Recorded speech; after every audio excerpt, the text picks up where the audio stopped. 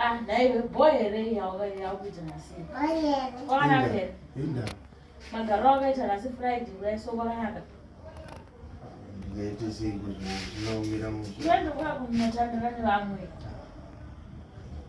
Nendega ere munhu urungori munhu nemuromo wako chete yakungoendwero. Nasina ngokushoka favor ndingopo something. Yeah. Ndingofoka something. Zvekudaro? Iwe. Hayi warikandibva toenda.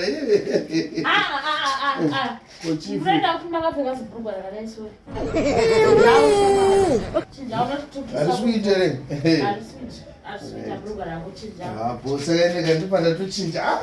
Chinja Ora itaiwa bhora kandibva tochinja. Nibo.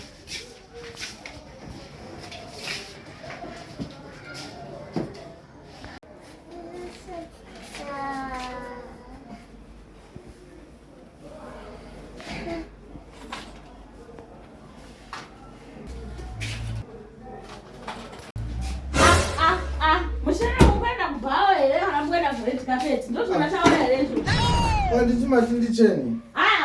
Handizvo zvona ndakupfekawo something chinonaona kwati kuchena kudai so kwenda uku kwakuenda wakadai Kandimati zvona ndakapfeka zvisvinotoita here kubva akusisina okay akusisina bhawa wachenda hakuna zachinja futi aika mari yangu chinja kasika kanochinja ndachenochinja kudzokera unogara ndatsvage muzvikora akusina bhawa kwenda kuti ubhawa wakadai so ndisara kana